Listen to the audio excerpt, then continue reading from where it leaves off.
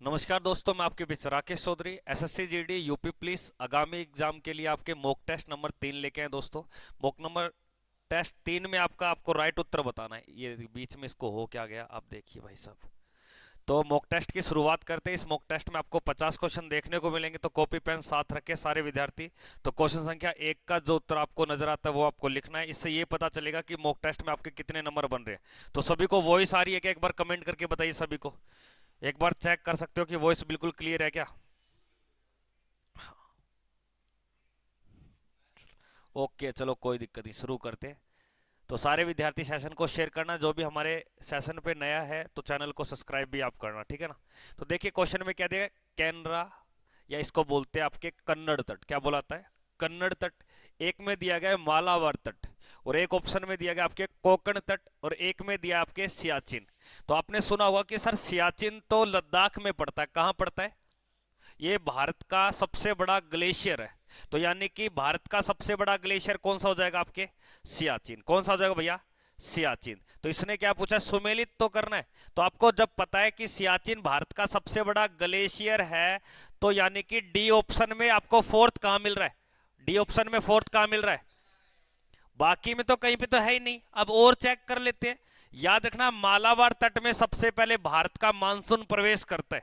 और मालाबार तट किस राज्य में पड़ता है, केरल में पड़ता है। कहां पे पड़ता है, केरल में। तो यहां पे राइट उत्तर आपको क्या मिलेगा, कहां दिया, मंगलोर से। हाँ ये रहा देखो, कर्नाटका से लेकर कन्याकुमारी, यानी कि उत्तर संख्या बी का आपको बी मिल जाएगा। तो बी का बी इसमें ठीक है बिल्कुल। अब आगे देखिए कि जो कोंकण तट है ना, ये गुजरात से लेकर आपके गोवा तक है। तो यहां पे राइट उत्तर क्या मिलेगा आपको, कि भारत के दक्षिण में स्थित नहीं, गोवा से लेकर मंगलोर तक। भारत के दक्षिण पश्चिम में सूरत से लेकर गोवा। अब सूरत कहां पड़ता है, गुजरात में। तो गुजरात से लेकर गोवा तक, यानी कि लाइन बिल्कुल सही नजर आ रही है। और ऑप्शन संख्या केनरा तट का मतलब कन्नड़ तट। एक दो तीन एक चार, चारों को आपस में मिला दो, ये आपके क्या हो जाएंगे, सुमेलित हो जाएंगे। अब इसका उत्तर क्या हो जाएगा आपके, ऑप्शन संख्या एक।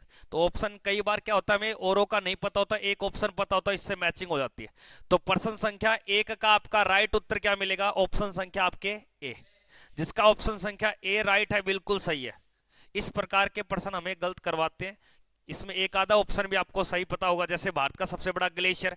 तो ऑप्शन संख्या तो डी में ही है, और बाकी में तो है ही नहीं। टाइम बच गया, आगे बढ़ लो। यानी कि उत्तर संख्या आपका कौन सा हो जाएगा, रीजनिंग हो गई ना। इस प्रकार रीजनिंग पढ़ते हो ना आप, वैसे ही चीज को है। अगले प्रश्न को देखिए क्या दी गए, निम्न में से कौन सा कथन असत्य है। इनमें से कौन सा जो कथन है वो असत्य है। अरावली पर्वत श्रृंखला का सबसे ऊंचा शिखर गुरु शिखर है।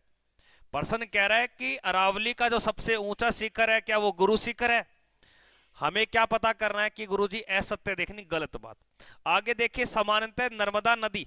अब ये कोई नर्मदा नदी है, इस नर्मदा नदी के नीचे का जो पठार है उसे दक्कन का पठार बोलते हैं, ये बात भी बिल्कुल सही है। आगे देखिए, मालवा का पठार अवनाली का अपर्दन करता है, क्योंकि मालवा के पठार से चंबल नदी बहती है और पतली पतली नालियों में मिट्टी का अपर्दन करती है। आगे क्या दिया गया, कंचनजंगा भारत की क्या है, सबसे ऊंची चोटी। ये बात गलत हो गई। हाँ, भारत की सबसे ऊंची चोटी बोले तो आपको क्या बतानी है, K2 बतानी है। और हाँ, इसे बोलते हैं गोडविन ऑस्टिन। और ये पड़ती है आपके काराकोरम श्रेणी, और काराकोरम श्रेणी यानी कि लद्दाख। लेकिन ये चोटी है कहां पे वर्तमान में, पाक ऑक्युपाइड कश्मीर। यानी कि प्रश्न संख्या दूसरे का आपका राइट उत्तर क्या हो जाएगा, डी उत्तर। तो यानी कि इस प्रकार, हाँ, भारत की मुख्य भूमि की कंचनजंगा जो सिक्किम में।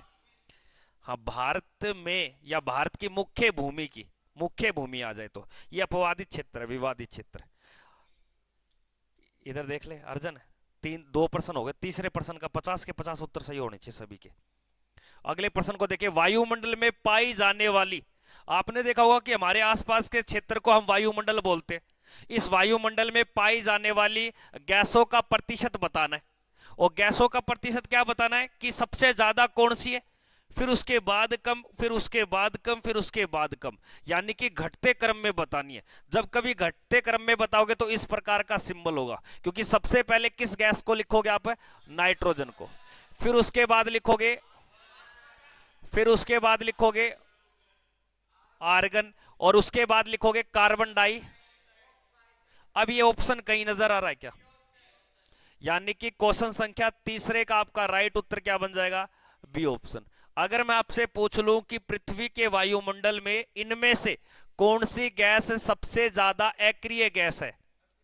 अक्रिय जिसे नोबल गैस बोलते, जो क्रिया नहीं करती, जो बल्ब में भरी जाती है, और इनमें से पृथ्वी के वायुमंडल में सबसे ज्यादा मात्रा में पूछूं तो इनमें से कौन सी गैस है जो पेड़ पौधों में ऑक्सीजन का कार्य करवाती है, प्रकाश संश्लेषण, जिसे फोटोसिंथेसिस के नाम से जानते हैं? तो इस प्रश्न का राइट उत्तर हमारा क्या हो जाएगा? ऑप्शन संख्या बी। आराम से पढ़ना। देखो कई बार क्या होता है, हम नाइट्रोजन देख लेते हैं और ऑक्सीजन देख लेते हैं, फिर आगे यहां दिक्कत आती है, अब ये क्या करें भाई साहब? तो यहाँ पे ऑर्गन याद रखना, मीथेन मत करना, ना आपको कार्बन डाइऑक्साइड करनी, ना हीलियम करनी। अगले प्रश्न को देखिए। अगले प्रश्न में कहते हैं, प्रश्न 3 हुए अभी तक, ये प्रश्न तो किसी का गलत भी नहीं होना चाहिए मेरे हिसाब से। कौन सी पर्वत श्रेणी में दुनिया की दूसरी, यहां दुनिया की बोला है, दुनिया की दूसरी सबसे ऊंची चोटी, और चोटी का नाम भी दे दिया, क्या नाम दिया है? K2 स्थित है। एक बात बताइए, दुनिया की पहली कौन सी है? माउंट है। और ये माउंट एवरेस्ट कहां पड़ती है? नेपाल में। अब दुनिया की जो सबसे ऊंची चोटी है वो माउंट एवरेस्ट है, लेकिन दुनिया की दूसरी पूछे तो K2 है, और ये कहां पड़ती है? काराकोरम पर्वत श्रेणी में। एक बात बताइए, K2 की जो हाइट है वो कितनी है? 8611 मीटर, 8611 मीटर।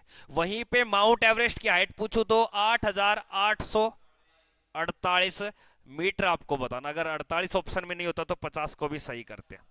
तो प्रश्न संख्या आपके फोर्थ का राइट उत्तर क्या हो जाएगा भैया? बी ऑप्शन बिल्कुल राइट है। अभी तक 4 प्रश्न हुए, 4 में से किसके कितने सही है वो देखेंगे। विश्व का सबसे बड़ा गर्म रेगिस्तान पूछ रहा है। याद रखना, विश्व का जो सबसे बड़ा मरुस्थल बोले, प्रश्न आएगा विश्व का बड़ा मरुस्थल बोले या विश्व का गर्म मरुस्थल बड़ा बोले, तो आपको बताना है सहारा। अगर प्रश्न आ जाए कि गुरुजी विश्व का सबसे गर्म, यानी कि सबसे गर्म मरुस्थल बताइए, सबसे गर्म, तो सबसे गर्म आएगा आपके आटाकामा, जो दक्षिणी अमेरिका महाद्वीप में। विश्व का सबसे गर्म मरुस्थल आटाकामा। जबकि विश्व का बड़ा पूछे या विश्व का गर्म रेगिस्तान पूछे बड़े में, तो आपका राइट उत्तर क्या हो जाएगा? ये पड़ता है उत्तरी अफ्रीका के अंदर, यानी कि अफ्रीका महाद्वीप में। कहां पड़ता है ये? अफ्रीका। तो यानी कि प्रश्न संख्या 5 का राइट उत्तर क्या हो जाएगा हमारे लिए? सी ऑप्शन हो जाएगा। अगर सीधा प्रश्न आ जाता, विश्व का सबसे बड़ा ना पूछ के गर्म मरुस्थल पूछता, तो राइट उत्तर क्या होता? यहां बड़ा भी पूछ लिया और गर्म भी पूछ लिया, तो बड़ा गर्म, क्योंकि ये गर्म की श्रेणी में आता है। अगले प्रश्न में देखिए क्या दिया गया। नेक्स्ट क्वेश्चन, सूची 1 को सूची 2 से सम्मिलित करना है, और एक साइड यहां पे स्टेट के नाम है, तो वहीं पे दूसरी साइड क्या है? राजधानियां दी गई है। तो सूची 1 में दिया गया असम, तो सभी को पता है असम का क्या है? दिसपुर। फिर उसके बाद गुजरात का गांधीनगर, मिजोरम का, और इसका, यानी कि छठे प्रश्न का राइट उत्तर क्या हो जाएगा? ये मैचिंग कर लेना भैया, यानी कि पहला आएगा आपके 32 नहीं 34, और आपके 3412। तो 3412 कहां पे मिल रहा है आपको? ये रहा 3412, तो यानी कि छठे का बी उत्तर है। अगले प्रश्न को देखिए क्या दिया है। श्रीलंका में निम्नलिखित में से कौन सी चोटी सबसे ऊंची चोटी कहलाती है? अब ये देखो, थोड़ा सा हार्ड प्रश्न पूछ लिया गया, कोई बड़ी बात नहीं है। रोहित हमारे बीच में जुड़े, डिलीट नहीं करना रोहित, नहीं तो फोन में से तेरे थप्पड़ लगेंगे। श्रीलंका में निम्नलिखित में से कौन सी चोटी सबसे ऊंची है? याद रखना, ये आपके है माउंट पेड्रो। माउंट पेड्रो, ये रह की दवनी है, माउंट पेड्रो, जिसकी हाइट है 2524 मीटर, 2524 मीटर। एक बात बताइए मुझे, श्रीलंका का प्राचीन नाम क्या था? प्राचीन नाम सिंगल देव नहीं, सिलोन। सिलोन, तो सिलोन किसका नाम है? श्रीलंका। श्रीलंका के वर्तमान में राजधानी महिला जयवर्धने, सॉरी महिला नहीं लगाना, जयवर्धने कोटेपुरम। तो इस प्रश्न का राइट उत्तर क्या करूंगा मैं? तो एक बात बता दीपक, माउंट एवरेस्ट किस देश की सबसे ऊंची चोटी है? दीपक बोलेगा। गुजरात की है तो पाकिस्तान की, भारत की, नेपाल की, भारत की, भारत की माउंट एवरेस्ट कौन ही, भारत की अगर पूछे तो सीधा बताना K2, लेकिन विवादित है वो तो कंचनजंगा भारत में आती है सबसे ऊंची, विवादित ना होने के कारण। नेपाल की है माउंट एवरेस्ट। अगले प्रश्न को देखिए, तो प्रश्न संख्या 7 हो गए अपने। निम्नलिखित में से किस महाद्वीप में तीनों रेखाएं, एक है करक, एक है भूमध्य और एक आपके मकर, ये तीनों रेखाएं जो गुजरती है उस महाद्वीप का नाम है अफ्रीका। तो यानी कि ऑप्शन संख्या 8वें का राइट उत्तर क्या बन जाएगा? याद रखना, यहां से एक रेखा और गुजरती है जिसका नाम आता है 0 डिग्री। अगर पर्सन आ जाए कि विश्व का जो समय रेखा 0 डिग्री देशांतर और करक रेखा, भूमध्य रेखा, मकर रेखा, ये चारों रेखाएं किस महाद्वीप से गुजरती है? अक्सर पर्सन पूछता है कि अंध महाद्वीप किस महाद्वीप को कहा जाता है? अफ्रीका को। दुनिया का दूसरा सबसे बड़ा महाद्वीप बोले तो, दुनिया का दूसरा सर्वाधिक आबादी वाला महाद्वीप भी बोले तो अफ्रीका। एक प्रश्न बताइए मुझे, अफ्रीका का कौन सा देश सबसे नया देश है? याद रखना, दक्षिणी सूडान। और यूएनओ संगठन सुना होगा आपने, यूएनओ संगठन के 193 देश है। कितने देश हैं? 193वां वो देश, वो किस महाद्वीप का है? इस अफ्रीका महाद्वीप की मुद्रा का नाम बता दो मुझे। अफ्रीका महाद्वीप में, याद रखना, अफ्रीका महाद्वीप में कई प्रकार की मुद्राएं चलती है, लेकिन अफ्रीका महाद्वीप का एक पॉपुलर देश, जैसे हम बोलते हैं दक्षिण अफ्रीका, जिसकी मुद्रा का नाम है रेंड। क्या नाम है? और दक्षिण अफ्रीका महात्मा गांधी कब गए थे? हाँ, 1893। अगले प्रश्न को देखिए, प्रश्न संख्या 9। बुक्सा नेशनल पार्क निम्नलिखित में से किस राज्य में है? वेरी गुड, अर्जुन का राइट उत्तर आया भाई, पश्चिम बंगाल। एक बात बताइए मुझे आप कि बांदीपुर नेशनल पार्क किस राज्य में? बांदीपुर नेशनल पार्क, इनमें से किस राज्य में सुल्तानपुर पक्षी अभ्यारण्य स्थित है? सुल्तानपुर। हाँ, और कालेश्वर भी आपसे पूछ ले तो भी क्या बताओगे? इनमें से किस राज्य में कोई भी राष्ट्रीय उद्यान नहीं है? और हमारे देश में राष्ट्रीय उद्यानों की संख्या कितनी है? 106। कितनी है? सबसे बड़ा राष्ट्रीय उद्यान लद्दाख में पड़ता है, जिसका नाम आता है हेमिस नेशनल पार्क। तो इस प्रश्न का 9वें का ए उत्तर राइट है। अगले प्रश्न को देखिए, क्वेश्चन 50 है, टाइम कम है। प्रश्न संख्या 10वां, संयुक्त राष्ट्र संघ में निम्नलिखित में से कौन सी काम काज की भाषा नहीं है? वहां की अधिकारी भाषा नहीं है। याद रखना, इसके अंदर कुल कितनी भाषाएं हैं? 6 भाषाएं हैं। एक आपको ऑप्शन दिया है फ्रेंच, एक ऑप्शन दिया है स्पेनिश, एक ऑप्शन दिया है अरेबियन, इसको हम क्या बोल सकते हैं? अरबी। क्या बोल सकते हैं? अरबी। वहीं पे याद रखना, एक आपको अंग्रेजी, क्या याद रखोगे? अंग्रेजी। और एक आपको याद रखनी है रूसी। कौन सी भैया? रूसी। एक और रह गई जिसका नाम आता है मदारिन। मदारिन, या इसको बोलते हैं चीनी। क्या बोलते हैं? चीनी। 1 2 3 4 5 और 6, कौन सी भाषा यूएनओ संगठन के अंदर शामिल नहीं है? जापानी। तो यानी कि कभी पर्सन आ जाए, इस यूएनओ संगठन का हेड ऑफिस बताइए। जनेवा नहीं, न्यूयॉर्क में, न्यूयॉर्क। एक बात बताइए मुझे आप, यूएनओ संगठन के देश कितने? हाँ, तो यानी कि प्रश्न संख्या 10वें का राइट उत्तर क्या हो जाएगा? D option. अगले प्रश्न में बढ़ते हैं। नेक्स्ट क्वेश्चन में क्या दिए गए? मलयालम एक प्रकार की क्या है भैया? भाषा है, जो 22 भाषाओं में एक क्लासिकल भाषा का रूप भी प्रदान करती है।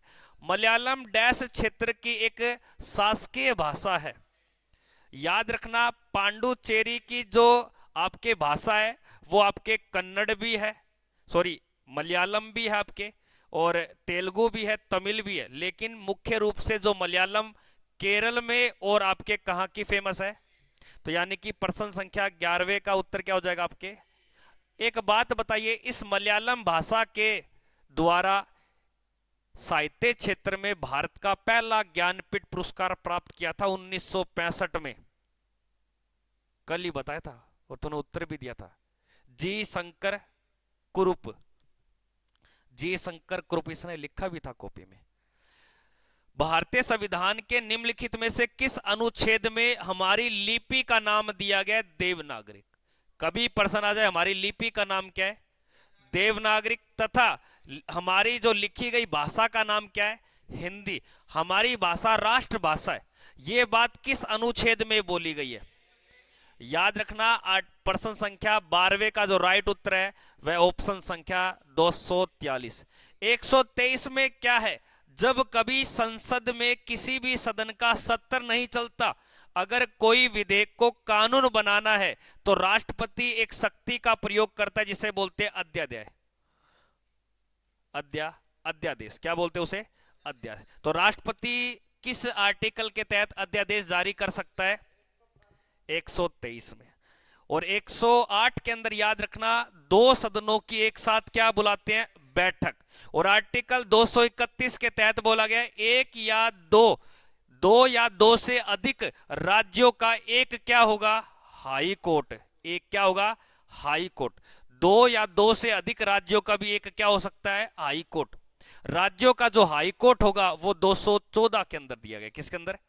लेकिन एक से अधिक राज्यों का भी क्या हो सकता है? एक हाई कोर्ट। वो किस में दिया गया? 231। तो इस प्रश्न का यानी कि 12वें का राइट उत्तर अपना क्या है?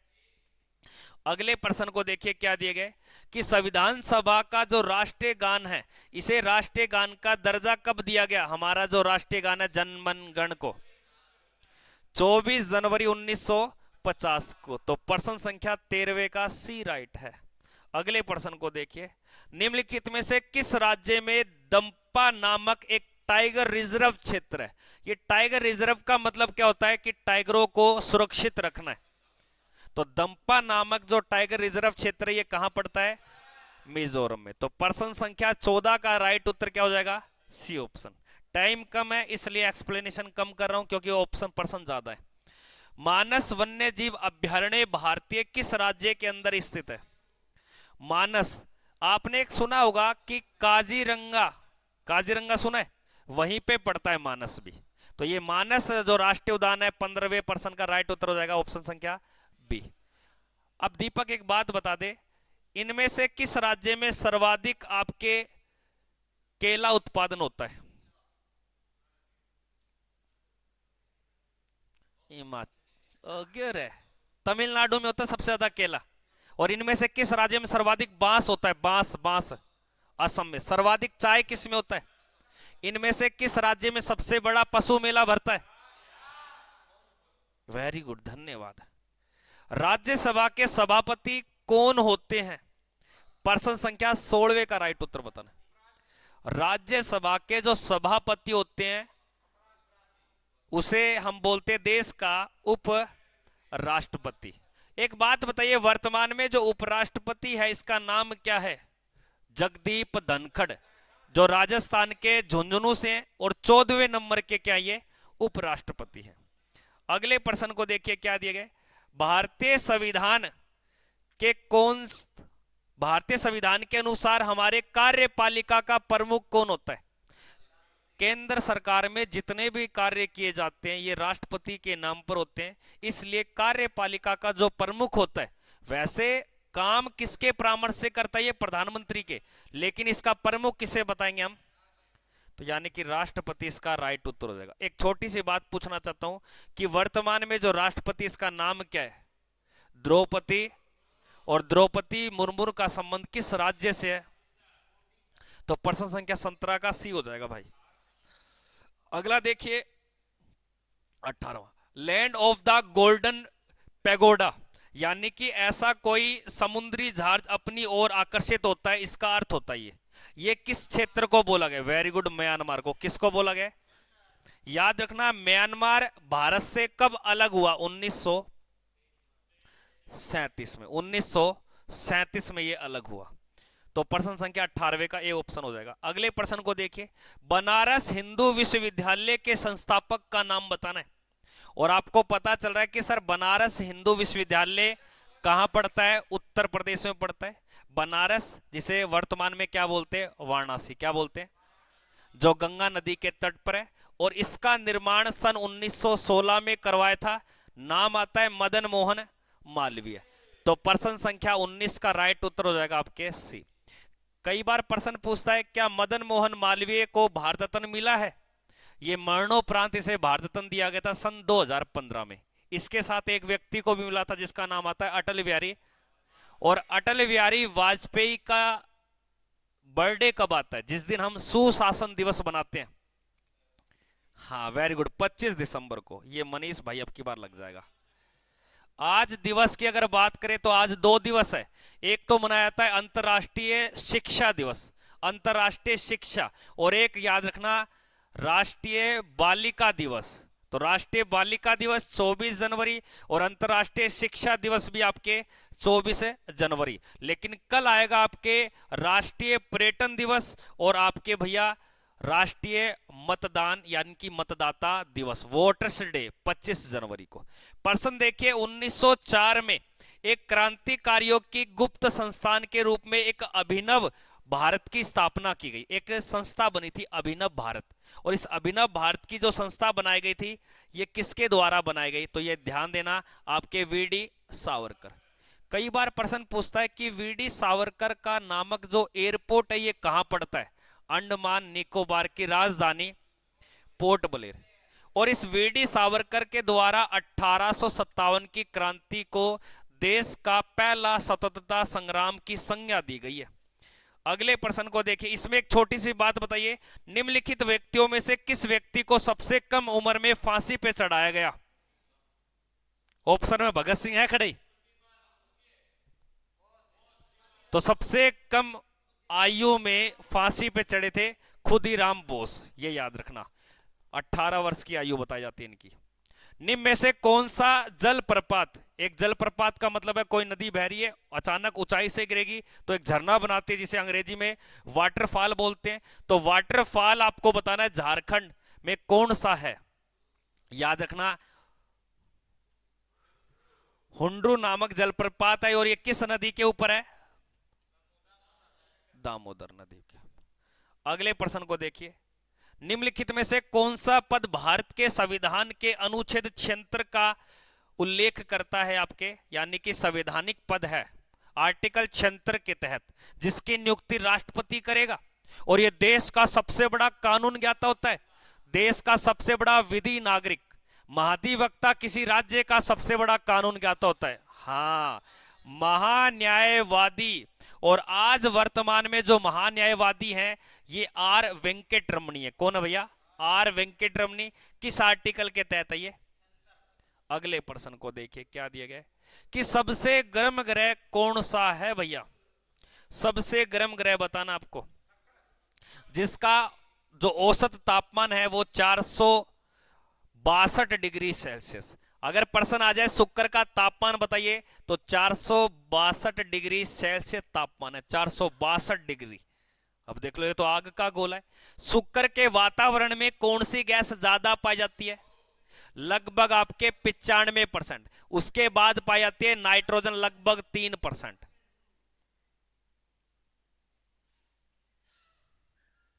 तो सबसे गर्म ग्रह की अगर मैं बात करूं तो कौन सा है? शुक्र है। कौन सा भैया? अब एक बात बताइए, शुक्र को क्या बोलते हैं, सांझ का तारा या भोर का तारा? पैर ना हिला एक बार, पैर हिला।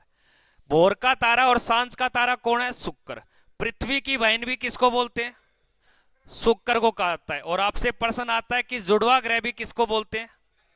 अगर मैं प्रश्न पूछ लूं कि इनमें से कौन से ग्रह का कोई भी उपग्रह नहीं है, बुध और, वेरी गुड, यानी कि बुध और शुक्र में किसी का भी उपग्रह नहीं है, इनमें से वह कौन सा उपग्रह, सॉरी कौन सा ग्रह है जिसे लाल ग्रह बोलते हैं? मंगल को। अगले प्रश्न को देखिए क्या दिया गया। चमकीला ग्रह भी उसे बोलेंगे जो वस्तु सबसे ज्यादा गर्म होती है, यानी कि शुक्र को कहा जाता है सबसे चमकीला। भारतीय संविधान सभा की प्रारूप समिति के अध्यक्ष का नाम बताना है, तो याद रखना डॉक्टर BR अंबेडकर। इस प्रारूप समिति के टोटल सदस्य कितने थे? इस प्रारूप समिति का गठन किया गया था 29 अगस्त 1947 को। और एक बात बताइए मुझे, इस प्रारूप समिति को अंग्रेजी में क्या बोलते हैं? Draft committee. क्या बोलते हैं? Draft committee. अगले प्रश्न को देखिए क्या दिए गए। जनवरी 2021 तक की भारतीय राज्य की सबसे लंबे समय तक किसी भी राज्य के अंदर, पहली पूछ रहा हूं क्या मैं, प्रश्न तो सुन लो पूरा। किसी भी राज्य में महिला मुख्यमंत्री रहने वाली का नाम बताना है। सबसे लंबी का पूछ रहा है, सबसे ज्यादा समय तक। ये आपसे पूछे कभी भी सुचेता कृपलानी, उत्तर प्रदेश की पहली महिला थी, पहली महिला सीएम। यहां पे ज्यादा समय की अगर बात करें तो 1998 से लेकर 2013 तक। और ये दिल्ली की सीएम रही है। अब तो बता दो, दिल्ली की सीएम, कल भी प्रश्न पूछा था।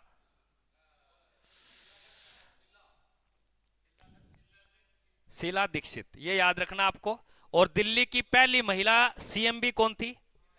लेकिन भारत के किसी भी राज्य की पहली महिला सीएम बोले तो सुचेता कृपलानी। और याद रखना, वर्तमान में सीएम के पद पे लगभग 25 वर्षों का जो सीएम का अनुभव है वो सिक्किम के रहे हैं। उसका नाम आता है पवन चामलिंग। पवन चामलिंग सीएम अगर व्यक्ति पूछ ले तो ज्यादा समय तक। ये प्रश्न तो कोई गलत ही नहीं करेगा मेरे हिसाब से, जहां तक सारे बच्चों को सही होगा। देख लेना, चाहे दीपक से पूछ लेना। बुध सूर्य से, ये सूर्य, ये क्या है? अब यहां पे कोई ग्रह, फिर यहां पे, फिर यहां पे, इस प्रकार ये आपके कितने ग्रह हैं टोटल आपके? तो यहां पे पूछ रहा है कि सूर्य के पास में कौन है?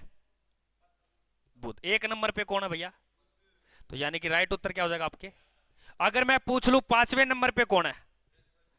5वें नंबर पे बृहस्पति है। कौन है भैया? और आपके 7वें नंबर पे अरुण। कौन है भैया? और आपके तीसरे नंबर पे, क्योंकि दूसरे पे तो आपके शुक्र है, और तीसरे पे कौन है? पर्सन को 4 बार अगर नजर गड़ा के देखोगे ना, तेरी होगा, याद हो जाएगा वहीं पे, बाद में ऊपर जाके पढ़ने की भी जरूरत नहीं है। अगले पर्सन को देखिए क्या दिया गया नेक्स्ट। सूर्य से बढ़ती दूरी के अनुसार ग्रहों का निम्नलिखित में से कौन सा क्रम सही है? पहले बुध है, फिर शुक्र है, फिर पृथ्वी है, फिर मंगल। अब कौन सा आएगा? और याद रखना, अगर मैं पूछ लू सूर्य से दूर से बताना आपको, दूरी से, तो पहले आपके वरुण आएगा, फिर आपके अरुण आएगा, फिर शनि आएगा, फिर बृहस्पति आएगा, और फिर इस प्रकार चल लेना। ठीक है ना? तो यानी कि सबसे नजदीक हो जाएगा बुध और सबसे दूर हो जाएगा। एक बात बताइए, इन सभी ग्रहों में से वह कौन सा ग्रह है जो नीला ग्रह है? मंगल कैसा है? अगले प्रश्न को देखिए क्या दिया गया है। निम्नलिखित में से किस महीने में पृथ्वी से, ये एक प्रश्न पूछा गया, ऊटपटांग सा प्रश्न है कि किस महीने में पृथ्वी से लाइडियस नामक एक उल्का पिंड या उल्कापात देखने को मिलते? याद रखना, जब पृथ्वी, ये क्या है? पृथ्वी, ये सूर्य। अब पृथ्वी इस सूर्य का क्या कर रही है? परिक्रमण कर रही है। जब परिक्रमण करती है तो एक ऐसी जगह बनती है, अप्रैल के महीने में यहां पे उल्का पिंड पृथ्वी की ओर ऊपर गिरते हैं। तो उस घटना को हम क्या बोलते हैं आपके? लाइरिडस कहा जाता है। और ये कब देखने को मिलती है? अप्रैल में। ये आपको ध्यान देना। अगले प्रश्न में देखिए क्या दिया गया। निम्नलिखित में से कौन सा राज्य भारत का प्रथम कार्बन मुक्त राज्य बना है? कार्बन मुक्त राज्य बना आपके, कार्बन मुक्त राज्य बना। Very good, Himachal Pradesh. कौन सा बना है? अब एक बात बताइए, मध्य प्रदेश का वह कौन सा शहर है जो भारत की शहरों की सूची में सबसे स्वच्छ शहर 1 नंबर पे है? वेरी गुड, इंदौर नामक। अगले प्रश्न को देखिए, नेक्स्ट प्रश्न में क्या दिया गया। वर्ष 2011 के अनुसार केरल का लिंगानुपात कितना है? भारत का वह कौन सा राज्य है? अब सही है तेरा, 84 है। ठीक है, भारत का वह कौन सा राज्य है जहां पे लिंगानुपात सबसे ज्यादा मात्रा में है? भारत का वह कौन सा राज्य जहां पे लिंगानुपात की मात्रा सबसे, ड्रोल में है, वहीं ऑफिस में। हाँ देख ले, पूछ ले और देख ले। तो हरियाणा में सबसे कम है। अगर मैं आपसे पूछ लूं भारत का सेक्स रेशो कितना है, ओनली फॉर भारत का, 940 में 3 और बढ़ा दे, 43, 943। और किस राज्य का लिंगानुपात ज्यादा है? 1024 है, 84 है, 84 कर। निम्नलिखित में से क्या रवि की फसल है? एक याद रखना, आपके ज्वार और आपके बाजरा और ये आपके तुअर नाम कौन सी फसल आ गई भाई, देखोगे? तुरई क्या? तुरई तो आपके यहाँ जायद की फसल होती है, हाँ गर्मियों में होती है तुरई। तोरू आपके। अब एक बात बताए, गेहूं उत्पादन में भारत का कौन सा राज्य है विश्व में? राजवीर, गेहूं उत्पादन में भारत का विश्व में कौन सा स्थान है? पहला या दूसरा या तीसरा? पहला चीन का, दूसरा भारत का, तीसरा संयुक्त राज्य अमेरिका, और भारत में पहला राज्य है, गेहूं की बात कर रहा हूं, और दूसरा पंजाब, तीसरा हरियाणा है। अगले प्रश्न को देखिए क्या दिया गया। शुष्क वन, देखो शुष्क वन किनको बोलते हैं, ध्यान से रखना, उत्तर मिल जाएगा। शुष्क वन वह होते हैं जो कम वर्षा वाले क्षेत्रों में छोटे पत्तियों के झाड़ी युक्त वन होते हैं, बस। तो शुष्क वनों की जो रिसर्च सेंटर है वो किस जगह पर है? क्योंकि रेतीला एरिया, तो शुष्क क्षेत्र यहां पे। अगर प्रश्न आ जाए कि वन अनुसंधान संस्थान कहां पे, वन की अगर बात है, ओनली फॉर पर्सन आए कि वन अनुसंधान केंद्र तो देहरादून में, लेकिन शुष्क वन की अगर बात कर ले तो जोधपुर। जोधपुर को पिंक सिटी बोलते हैं या ब्लू सिटी कहा जाता है? ओ पिंक सिटी। अगले प्रश्न को देखिए क्या दिया गया। भारत के उत्तरी मैदान,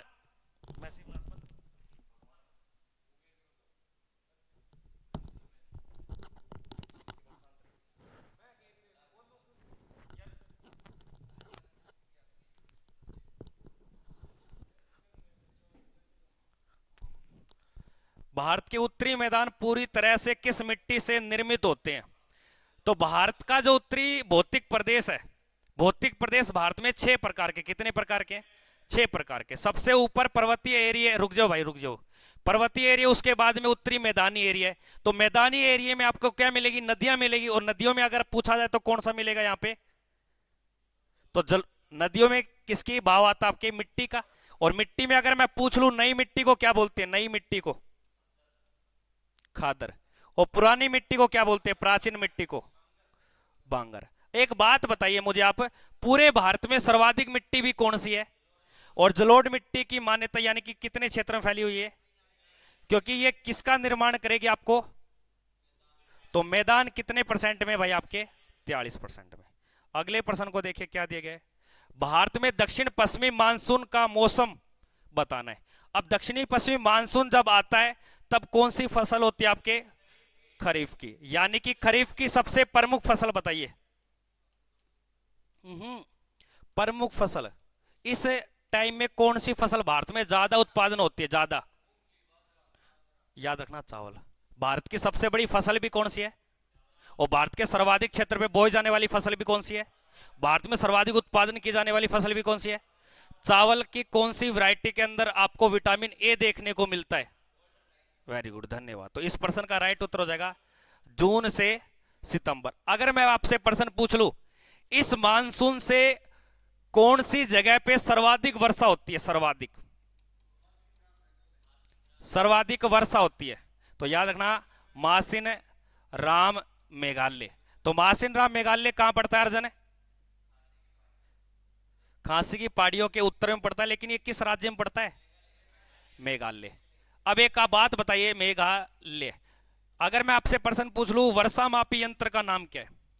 वर्षा मापी, याद रखना रेन, रेन गेज। और दुनिया में सबसे ज्यादा वर्षा वाला दिल्ली जगह कौन सा है? दुनिया में वर्षा ज्यादा किस जगह पे होती है पूरी दुनिया में? यही है मासिन राम में। अगले प्रश्न को देखिए क्या दिया गया। निम्नलिखित में से कौन सी खारे पानी की एक झील है? खारे पानी की एक झील है, नैनीताल, लोकटक या कोलेरू, या याद रखना ये मीठे पानी की है, ये भी मीठे पानी की है, ये भी मीठे पानी की है। ये दुनिया की सबसे ऊंची झील है, और ये कहां पड़ती है आपके?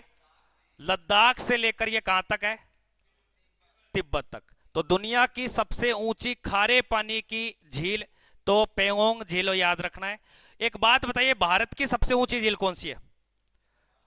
भारत की ऊंची झील, वेरी गुड, सिक्किम में है, पेगोंग कोनी, पेगोंग खारे पानी के लद्दाख में। तो याद रखना चोलामू, चोलामू। और चोलामू कहां पड़ती है? अब राजवीर एक बात बता, विश्व की सबसे ऊंची झील का नाम क्या है? विश्व की ऊंची, और कोई ना बोलियो, विश्व की ऊंची। ऑप्शन दू? बेकाल झील, सुपीरियर झील, कैस्पियन सागर झील या टीटीकाका झील?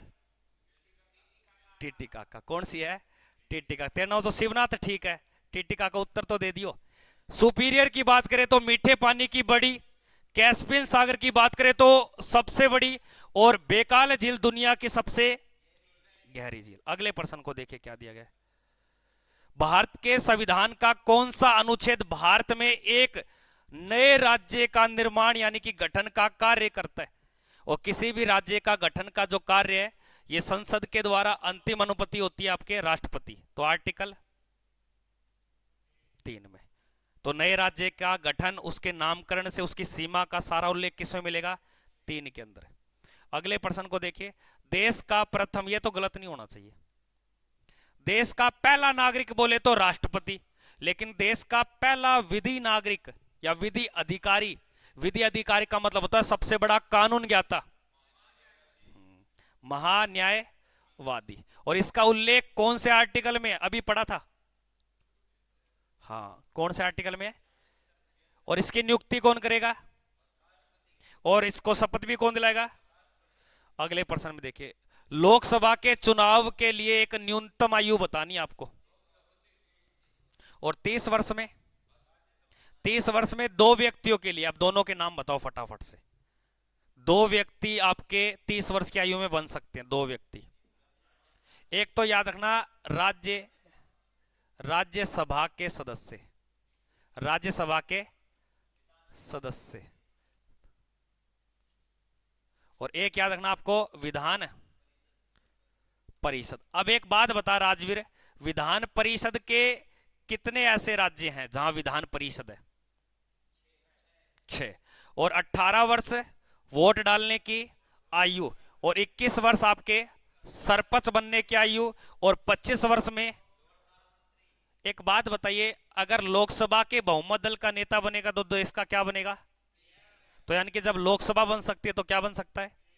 अब किसी राज्य के अंदर विधानसभा है और विधानसभा का सदस्य बनना है तो कितनी आयु?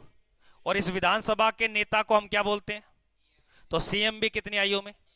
अब एक छोटी सी बात बता दो, राज्यपाल बनने